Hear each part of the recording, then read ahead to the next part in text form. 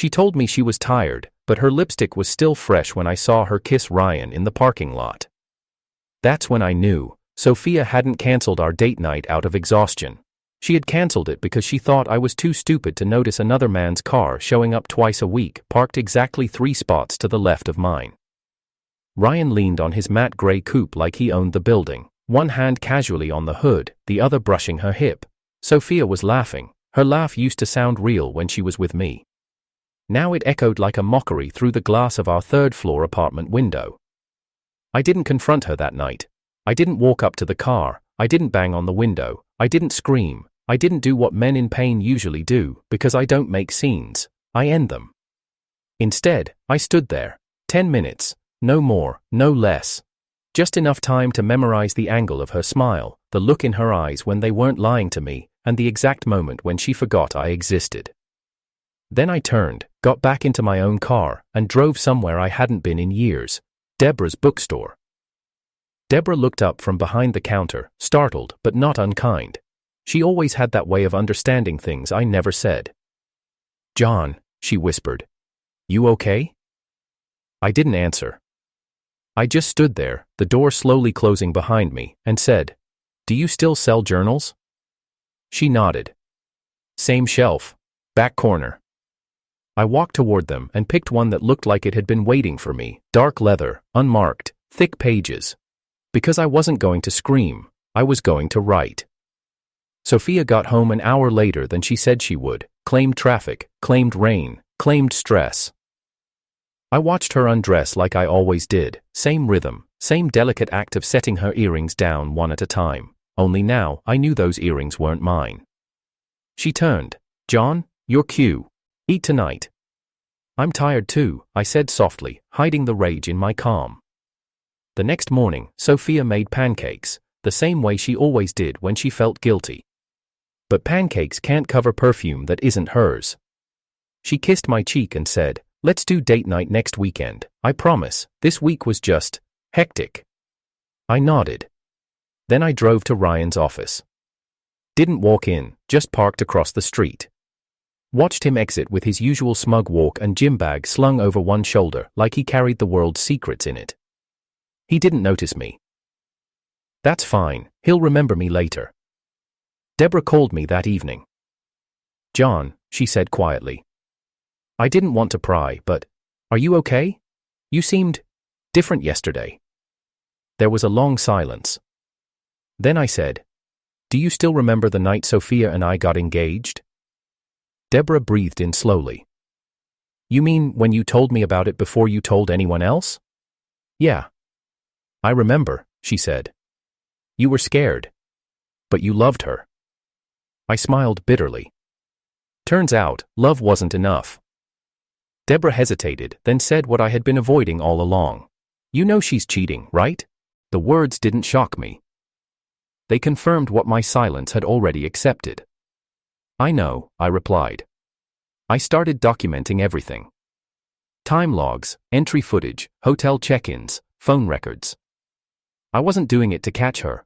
I was doing it to prepare for her ending. Because Sophia had turned our marriage into a performance, and I was going to write the final act with bloodless precision. She thought she'd chosen passion over predictability, but what she'd really chosen was destruction over devotion. She just hadn't realized it yet. That weekend, she cancelled again. Same message. "Sorry babe, I just need a night to myself. Maybe I'll read or nap, you understand, right?" I responded, "Of course, rest well, love you." She replied with a heart emoji. But I didn't stay home. I parked 2 streets down from her usual hotel. Ryan's car was already outside. I waited. I watched them go in. Didn't follow. Didn't text. Didn't rage. Instead, I opened the journal Deborah had sold me and wrote 7 words. She cancelled love, but his car stayed. My name is John. I am 34 years old. Systems engineer by trade, silent observer by nature. People say I'm too quiet, too analytical, too composed for my own good. But in a world that rewards dramatics and deception, I've learned that stillness has power. It lets people forget you're watching until you strike. Sophia used to say my silence made her feel safe. Now I know it just made it easier for her to lie. We met 8 years ago, at a networking event neither of us wanted to attend. She was standing by the bar, half listening to a man who wouldn't stop talking about crypto. I walked up, took her empty glass, and asked the bartender for something better. She laughed, said I was the first person that night who didn't try to impress her. I wasn't trying to. I didn't need to. 3 months later, we were official. 2 years later, I got married. Sophia had a light in her back then, a confidence that wasn't yet crafted for Instagram stories. She was raw, real, unfiltered. She'd kick her heels off mid-restaurant, dance barefoot on carpet, laugh too loudly in museums. I thought I'd found the one person in the world who would never betray me, because she lived too honestly to pretend. I was wrong. That light wasn't authentic, it was an ambition. Sophia didn't want a husband, she wanted an audience, and I just happened to be standing in the front row when her performance began. Our marriage started well enough. We built a small life, modest apartment, a shared savings account, lazy Sundays with old vinyl records and burnt coffee. She decorated every inch of our place with gold-trimmed frames and second-hand vases filled with eucalyptus. I didn't mind. It smelled calm. We didn't fight much. When we did, it was over little things. Me forgetting the laundry. Her overbooking us for social events I had no interest in. But somewhere between years 4 and 6, something shifted. Sophia started coming home later. At first, it was subtle: meetings, office drinks, deadlines. Then she stopped changing into her pajamas at home. She'd already be in them when I got back. Her phone never left her hand anymore. She started flipping it face down even when it buzzed. I told myself I was being paranoid. She stopped laughing at my dry jokes. I stopped telling them. She stopped asking how my day was, and I stopped noticing that I had started eating dinner alone most nights. I still remember the first time I truly doubted her. It was on a Thursday night. I had come home early for once, made her favorite, basil pasta with garlic bread, extra crispy, set the table, lit a candle, even chilled that overpriced rosé she liked from the French store with the impossible name. She texted at 7:14 p.m. Emergency meeting, I might be late, don't wait up. I nodded at my phone, but then, out of some idle instinct, I checked her location. We'd never turned off sharing, never needed to. I wasn't the jealous type. Her dot wasn't near her office, it was 5 blocks from our apartment, near a rooftop bar called Mercer's. I didn't say anything, I didn't call, I just turned off the stove, sat down, and poured myself a glass. She got home smelling like lavender and red wine at 11:23 p.m. She kissed my cheek like nothing had happened. That was 10 months ago. Since then, I've tracked her lies with the same care I once tracked system bugs, location pings, bank charges, calendar screenshots, one slip at a time. I noticed the names on her call log getting shorter. S. R. Cousin. The more vague, the more suspicious. Then came Ryan. Ryan was introduced as a co-worker. He's harmless, she said. Just a gym rat who can't even spell Excel. But then his name started popping up on weekends. Then his car, then his gym bag on our hallway floor, once, when I came home unexpectedly at lunch. She said he dropped it off by mistake. That was the day I bought the first camera. I didn't tell anyone, not at first. What would I say? That I suspected the woman who once kissed my forehead every morning now had someone else's fingerprints on her bedsheets. I let it fester, quietly, like I do with everything. Until one day, I walked into Deborah's shop. Deborah and I go back to university. We dated briefly before Sophia. It ended amicably. She said I was too emotionally distant. I said she deserved someone who could give her more than measured warmth and late-night existential talks about death and code. But we stayed friends, loosely, quietly. She runs a small used bookstore now, tucked between a bakery and a piano repair shop, the kind of place that smells like time and hope. She saw my face that day and didn't ask questions, just handed me a coffee and said, "Sit." So I did. For the first time in months, I said it out loud. I think Sophia's seeing someone else. Deborah didn't gasp, didn't judge. She just nodded slowly and said, "And what do you plan to do about it?" I didn't know then, but I do now. Here's what I've learned about betrayal.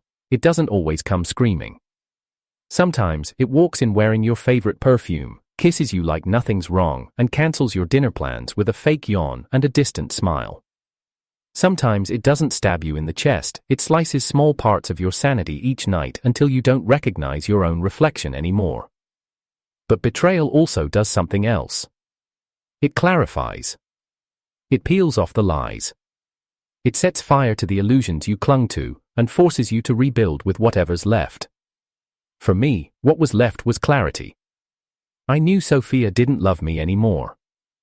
Maybe she never did, but she needed me, for appearances, for routine, for the financial stability that allowed her to chase art shows and travel influencers and late-night strategy meetings without worrying about rent. She didn't want me. She wanted the idea of me. That was the real betrayal. I started building my exit like I built my systems. No noise, no errors, no room for rollback. I secured everything in my name, shifted our shared savings into my private account, quietly, not illegally, just methodically, everything she never bothered to notice because she trusted I'd never leave. But I wasn't leaving, not yet. I needed her to see it, to feel it, to know, deep in her bones, that every time she smiled for him, I had already smiled at the thought of her downfall. People think heartbreak looks like crying on the floor, but mine looks like a calm silence. It looks like John, the man she thinks is too gentle, too passive, too predictable, smiling as he sets the trap. She underestimated me because I wasn't theatrical, but revenge doesn't require theatrics, it requires timing, and timing is what I do best. Sophia still doesn't know I've seen everything. She doesn't know I have video of her leaving Ryan's car with her shirt half-tucked and lip gloss smeared. She doesn't know Deborah followed them once and recorded everything. She doesn't know I already changed the locks on the investment condo and removed her name from the business account. She forgot we co-signed 3 years ago. She doesn't know that while she was planning her next lie, I was preparing her final truth. She thinks she's playing me. But I wrote the code for this game, and she's already inside my system, glitching. She just doesn't know it yet. It was the first Saturday in months when Sophia asked me to go out. She wore the emerald green dress, the one I bought her for our 2nd anniversary, said she felt guilty for always canceling lately and wanted to make it up to me. Sure. He looked radiant. The makeup wasn't overly done, her heels were low, her smile was soft, and, for the first time in weeks, she didn't check her phone during dinner. I played my part well, complimented her eyes, toasted to new beginnings. Even let her feed me a bite of her salmon with that playful grin she used when we were still in love. It should have been perfect. But I already knew where she'd been that morning. I'd seen Ryan's car at her yoga studio, not parked, but idling, waiting, engine on, window half down, a man leaning forward in the seat, speaking into his phone with his sunglasses pulled just low enough to reveal a face that didn't belong there. And Sophia? She exited 10 minutes later, hair still damp, leggings clinging to her like they did when we first met. She leaned through his window, whispered something. He laughed. She kissed him. Quick, reflexive, familiar. Then she walked off. That kiss told me everything I needed to know. This wasn't new, this wasn't infatuation, it was routine. At dinner that night, Sophia reached across the table and touched my wrist. "You've been so patient with me," she said. "I want us to reconnect." I nodded. "Me too." But all I could think was, you reconnected with him 12 hours ago, and now you're feeding me lies between courses. Still, I let it happen, because liars always dig deeper when they think you've stopped watching. Back home, she wrapped her arms around me and asked if I wanted to watch a movie. We sat on the couch, she leaned her head against my shoulder, our fingers laced together, and for a moment, if I let my memory blur just enough, I could pretend we were still that couple who watched old thrillers on Friday nights, whispered theories before the twists, and laughed when the credits rolled. But then her phone buzzed, and she flinched, just a half second too slow to ignore it. I watched her eyes dart toward her. The screen, read the name, swipe it away. She didn't know I saw it, but I did. Ryan. The next morning, she told me she was going to her mother's, said her mom had twisted her ankle and needed help moving furniture. I smiled. "Take your time." She kissed my cheek and left. Her mother was on a cruise. I knew because I called her the night before. She was picked up from a beach in Santorini. That Sunday, I showed up at Ryan's apartment complex. Didn't go inside, just wait. Sophia arrived an hour later, parked around the corner like she was being cautious. She wore sunglasses, the hat pulled low, but it was still her, still my wife. Walking into another man's home with a key that wasn't mine. The next day, I left her a note. Just a single sentence, folded on the kitchen counter beside her smoothie glass. You were right to cancel date night, because your part in this relationship is already over. She didn't see it until I'd already left for the office. She called twice, I didn't answer. Then came the texts. What's wrong, John? Did something happen? Are you okay? Can we talk? I ignored them. Because when someone burns your house down, you don't ask them if they brought water. Sophia came home that night in tears. I was already sitting on the couch, waiting. She rushed in like she'd just run through a storm, bag still on her shoulder, hair messy like she'd clawed at it in the car. John, please, what's happening? You left that note and then disappeared. I've been calling you all day. I didn't speak, just handed her a printed photo. It was the image Deborah had taken, Sophia walking out of Ryan's apartment, holding his hand, smiling. She stared at it for a long time, didn't cry, didn't shout. She just whispered, "You followed me?" "No," I replied. "I documented you." She looked up. "It's not what you think." I tilted my head. "Then explain." "He's just a friend." "Friends don't kiss at 9 a.m., I said coldly, "and they don't sleep in apartments your husband pays the mortgage for." Her face drained. "You tracked me?" "No, Sophia, I saw you. You just weren't careful because you thought I'd never open my eyes." She stepped closer. "I made a mistake." "You made dozens," I said. "I just waited long enough for them to add up." Sophia collapsed onto the couch, hands covering her face. "I didn't mean for this to happen," she whispered.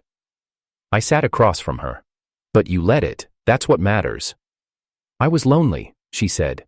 "You've been so distant, so cold." "No," I corrected.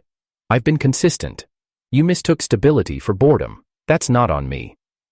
She shook her head. "It wasn't just about sex. I felt seen with him." "And invisible with me?" I asked. "Then why stay? Why keep wearing my ring while you share your body with someone else?" She had no answer. Just silence. For the first time since it all began, I felt nothing. No rage, no heartbreak, just detachment. Like I was watching someone else's story from the outside. Because the man she betrayed, that version of me had already died the first night she canceled with a lie. I stood. "You have 1 week to pack your things." She looked up sharply. "Wait, what?" "I'll be filing for divorce on Friday, quietly. No drama, no spectacle." She blinked. "But, can't we fix this?" I smiled faintly. "You canceled us months ago, I'm just confirming the reservation." She tried everything that week. Texts, calls, apologies wrapped in late-night home-cooked meals, dresses I hadn't seen in years, even mentioned therapy. But it was too late. Because betrayal doesn't rewind, and forgiveness isn't owed, especially when it's begged only after you're caught. On Thursday, I came home to find Deborah sitting in the living room. Sophia had let her in, assuming we were just old friends catching up. Deborah stood when I entered. "She's been calling me," she said. "Said she wanted help understanding you." I nodded. "What did you tell her?" "That she already knew the version of you she destroyed, not the one that survived her." Sophia sat quietly in the corner. For once, no excuses, no drama. Just guilt. Raw, ugly, unfiltered. I left that night, didn't slam the door, didn't look back. I stayed at Deborah's spare room for a while, not because I needed saving, but because I needed silence. Real silence, not the kind Sophia built between lies, but the kind that heals. It's strange how betrayal doesn't always hit like a bullet. Sometimes it seeps in like water, slow, cold, and constant, until everything you were is soaked in doubt. After Sophia left, the silence in the apartment changed. It wasn't peaceful anymore, it echoed. Her perfume still clung to the pillowcases, her hair ties still sat in the bathroom drawer. "She's gone," Deborah said gently. "You can breathe now." I blinked. I don't think I remember how. She didn't respond, just let the silence fill the room again. That was the thing about Deborah, she never forced conversation, she let your pain arrive when it was ready. When I finally spoke, it came out raw. I wasn't perfect, but I was loyal. Isn't that supposed to count for something? Deborah looked at me. It does, just not to someone who never knew how to value it. In the weeks that followed, I began to unravel. Not in a dramatic way. I didn't cry into old sweaters or throw plates at walls, but I stopped eating at regular hours, I answered emails at midnight, I stopped shaving, I deleted all my social media, not because I wanted to disappear, but because I didn't want to risk seeing Sophia smile in someone else's story. The worst part? She didn't even try to come back, not really. One text. "I know you hate me, I just want you to know I hate myself too." And that was it. Guilt was the only thing she offered me. No apology, no ownership, just equal suffering, as if that somehow balanced the scales. I kept telling myself it would fade, that the ache in my chest was temporary. But the truth was, it wasn't just about Sophia. It was about everything I gave up to be hers. The chances I passed on, the friends I distanced myself from, the career moves I postponed so she could chase her gallery dreams in different cities.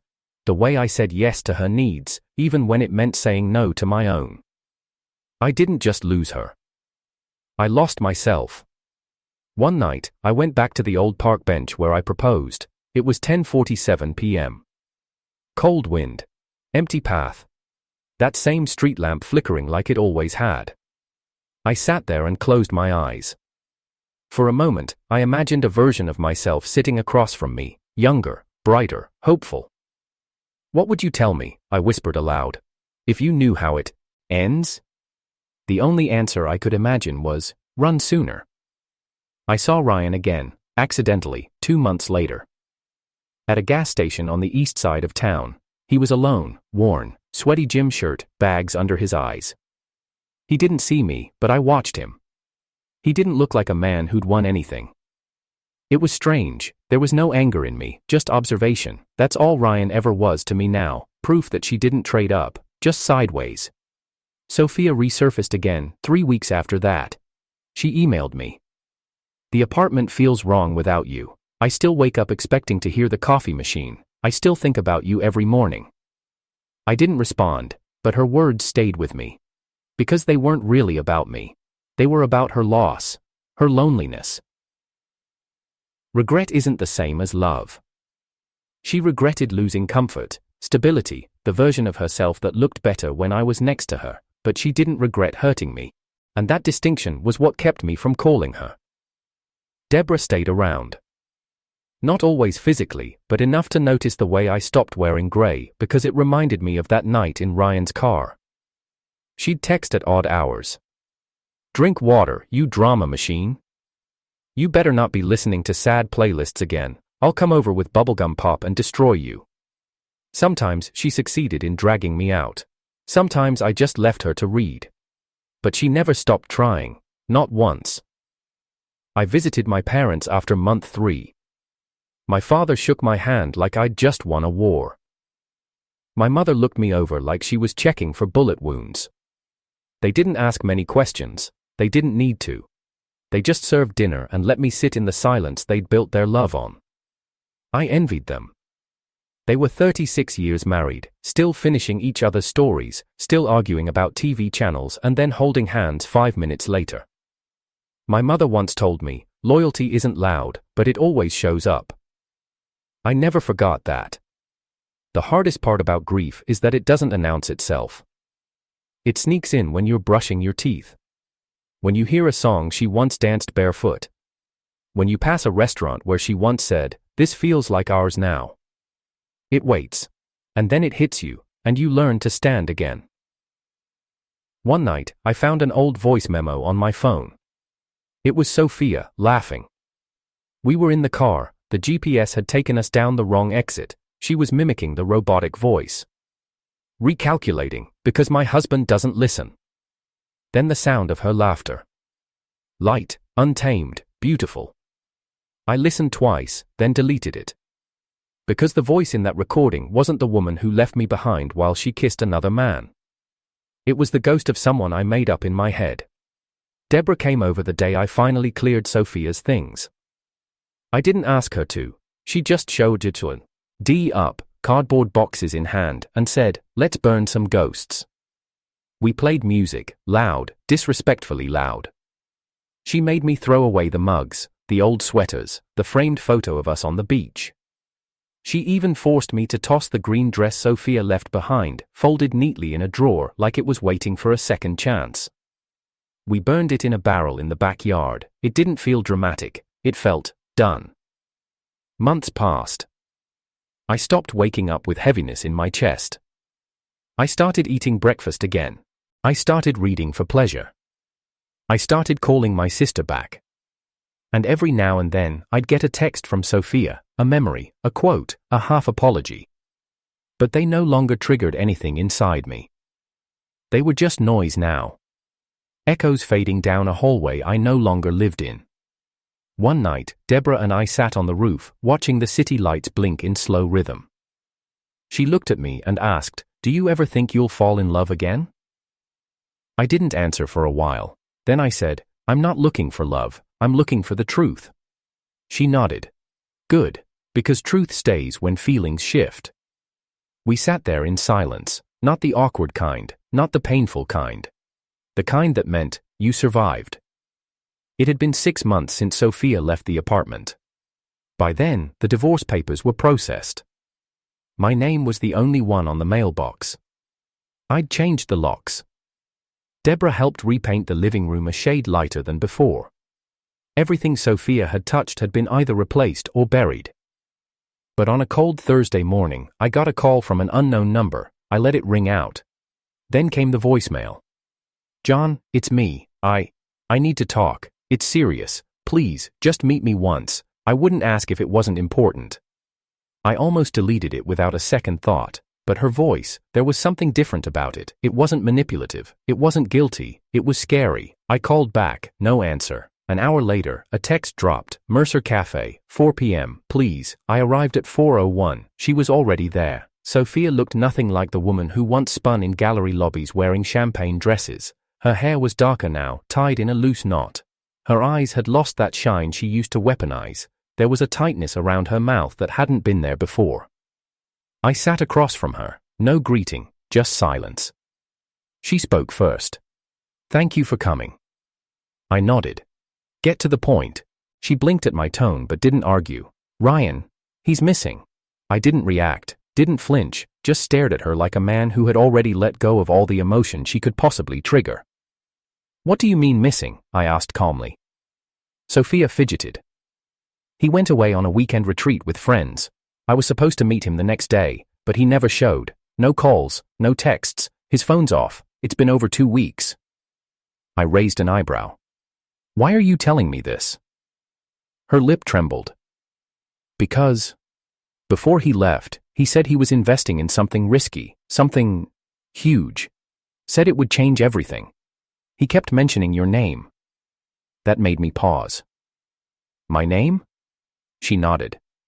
"Said you'd finally get what you deserve. That it was all part of the payoff, that once the deal closed, you'd be ruined and he'd be the one holding the keys." I stared at her. "And you believed him?" She looked away. "I didn't care what he was doing to you. I was just trying to stay afloat. He drained most of my savings, said it was temporary." Now I leaned forward. "And what's changed?" Her voice cracked. "His apartment's been emptied, his bank account's locked, his office shut down, and then someone broke into my place, took his hard drive, left a note." I froze. "What did it say?" Sophia's hands trembled as she pulled a folded piece of paper from her purse. She pushed it toward me. It read, "You chose the wrong man. Now you'll pay for both your sins." I sat back slowly. Sophia watched me, desperate. "I don't know who it is, but I'm scared, John. Really scared. Ryan was into something dark, and now I think I'm being watched." "Why come to me?" "Because you're the only one who ever knew him better than me. Because if anyone's next, it's you. I said nothing for a long time. In truth, I wasn't surprised. Ryan had always been reckless. He loved flashing his wins before they were real. I loved the idea of revenge more than the execution of it. But someone else was involved now, someone who had turned their betrayal inward, someone darker. And Sophia. She wasn't here for closure, she was here for protection. I stood. Get a lawyer, tell them everything, I'm not getting dragged into this. Sophia grabbed my wrist. John, please, I know what I did, I know I don't deserve help, but this is different, this is dangerous. I stared at her hand until she let go. Then I turned and left without saying another word. Back at home, I locked every door. Checked every camera feed. Then I pulled up my backup files, the ones I never deleted, even after the divorce. Ryan had sent me one email, 3 weeks before he vanished. Big things are coming, you'll see soon enough. Attached was a photo, blurry, satellite image, industrial zone. No text, no explanation. I zoomed in, scanned coordinates, and cross-referenced the location. It was a warehouse on the city's edge, abandoned 5 years ago, no active listings, no security detail. I drove out the next day. The building was falling apart, broken glass, rusted siding, the lock had been cut recently, fresh marks on the metal. Inside, there were 3 things: an office desk with a smashed laptop, an empty gun case, a photo taped to the wall, of me and Sophia, at our wedding. The edges were burned, and underneath it, scrawled in red marker. He lost everything because of you. I left. Didn't tell the police. Didn't tell Deborah. I wasn't sure who to trust. But something was clear. This wasn't just about Sophia anymore. Ryan had crossed the wrong people, and now someone believed I was part of it. That night, Deborah noticed my tension. "You're twitching," she said over tea. I looked at her. "Have you ever seen someone dissolve?" She frowned. "What do you mean?" "Like, watched someone fall apart so slowly they didn't realize it until they'd already collapsed." She leaned forward. "John, what happened?" I told her everything. Not just about Sophia, about the note, the warehouse, the photo, the threat. Deborah listened without interrupting, then she said, "You need to leave the city." I blinked. "What?" "Not forever, just until you figure this out. Whoever this is, they know where you live, they're watching. They left that photo for a reason." I shook my head. "I won't run." Deborah looked at me like I was a fool. "It's not running, it's regrouping." The next day, I got another message. Anonymous email. No name. "You turned her into a ghost, now you'll know what it feels like."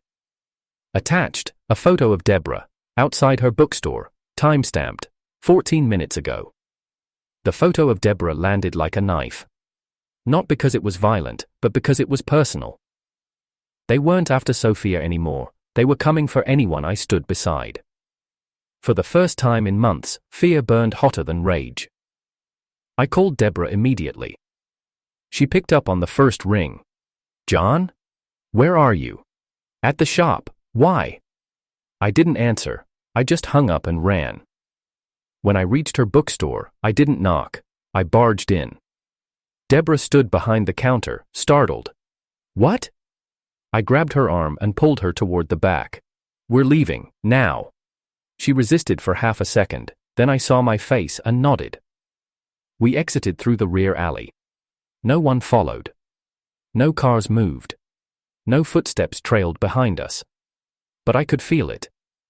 A presence. Watching. Waiting. Back at her apartment, I explained everything. No edits, no filters.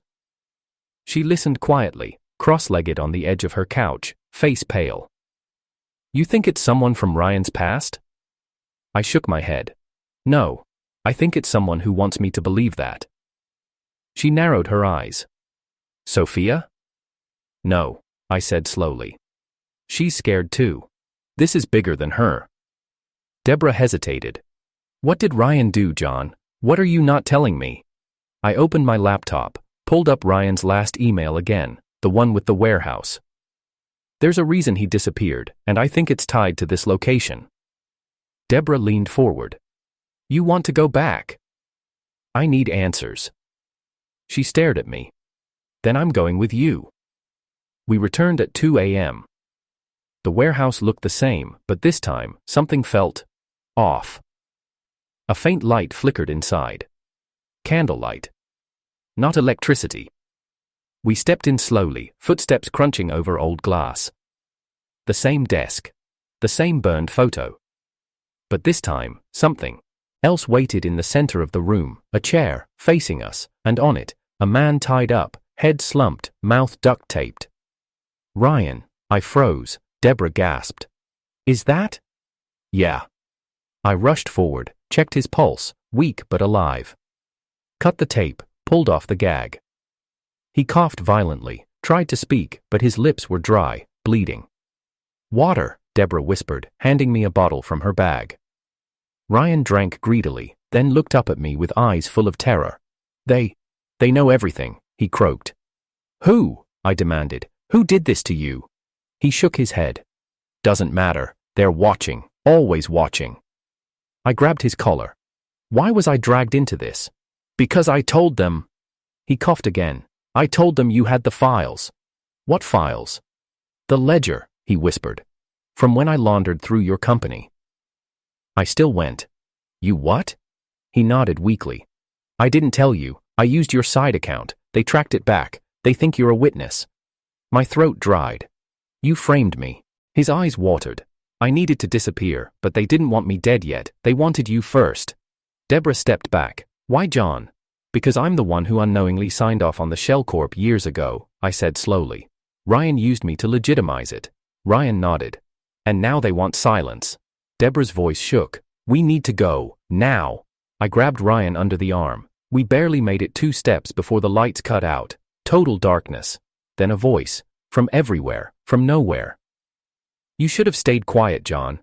It wasn't Ryan. It wasn't anyone I recognized, but it was cold, calculated, confidence. The warehouse doors slammed shut. Deborah screamed. I pulled out my phone, flashlight on, spinning, scanning every shadow. No movement, just the echo of breath. Ryan was shaking. They're here, he whispered. They're already inside. We ran. Through the back, over broken pallets, out the emergency exit. No one followed. We didn't wait to find out. At Deborah's apartment, we locked every window. I called Sophia. She didn't answer. I tried again. This time, she picked up. Her voice was trembling. John? You need to leave your apartment, now. She didn't ask why, just said, okay. 10 minutes later, she showed up at Deborah's door, soaking wet, pale, terrified. She didn't speak.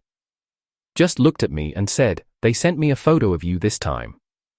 We sat together in the living room. 3 people bound by guilt, lies, and consequences. No one blamed each other anymore.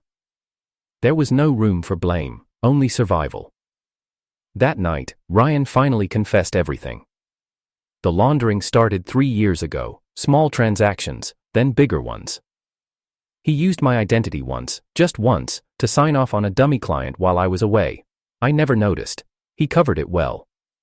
But the people funding it, they weren't amateurs, they watched everything, checked everything. And once Ryan tried to back out, they turned on him. They made him bait. And I was the target. I wanted to punch him. Wanted to throw him out into the street and let whoever was hunting us finish what they started. But that wouldn't fix it. Because the truth was, I let him in, I trusted him. Sophia did too, and now we were all paying the price. The next morning, we made a plan. Ryan would surrender, testify, hand over everything. I'd provide the files, the backups, the timeline. Deborah would contact a lawyer, quietly, discreetly. Sophia, she would go somewhere new, disappear, start over. I told her I'd cover the cost.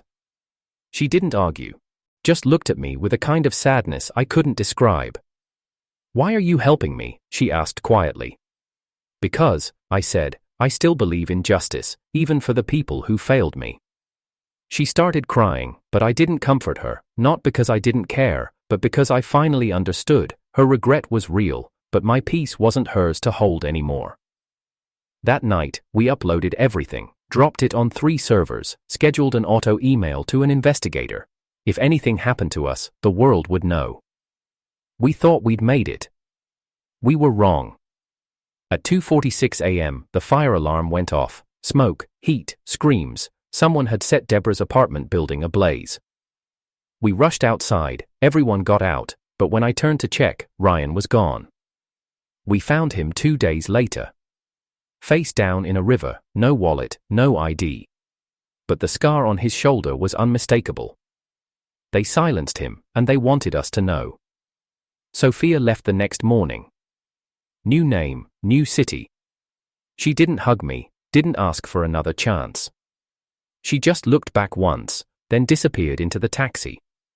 Deborah stayed, strong, steady, unshaken.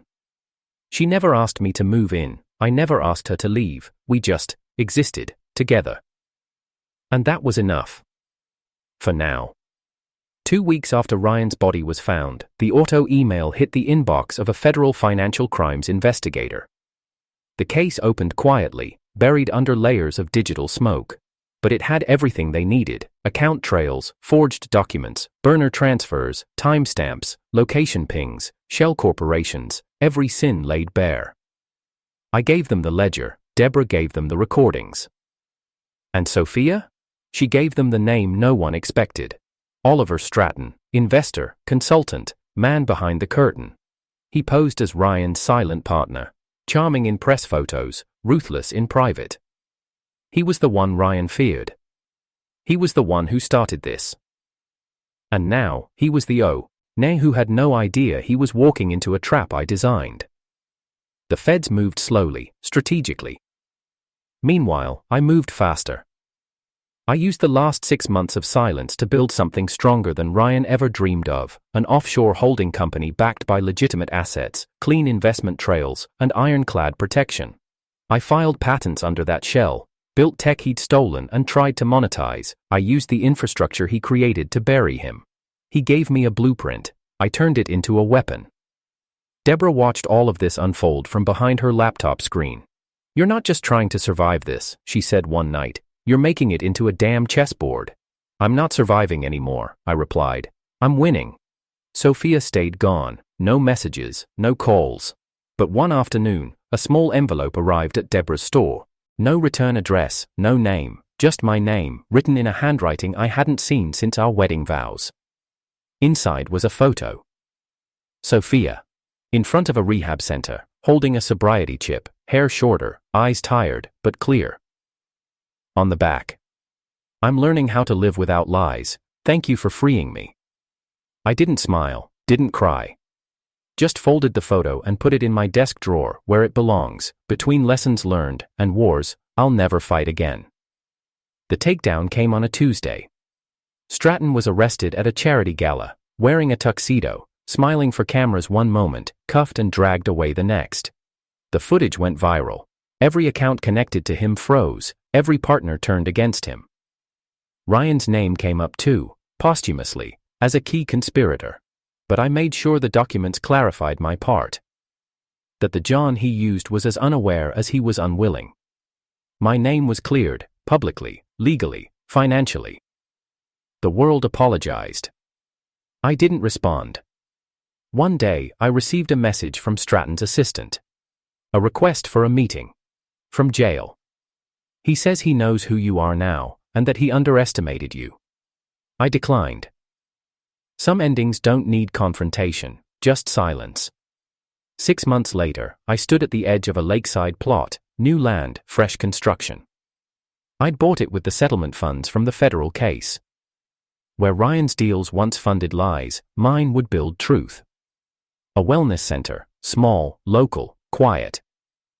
It would offer therapy, addiction support, financial education, everything Ryan, Sophia, and I had once desperately needed and never admitted.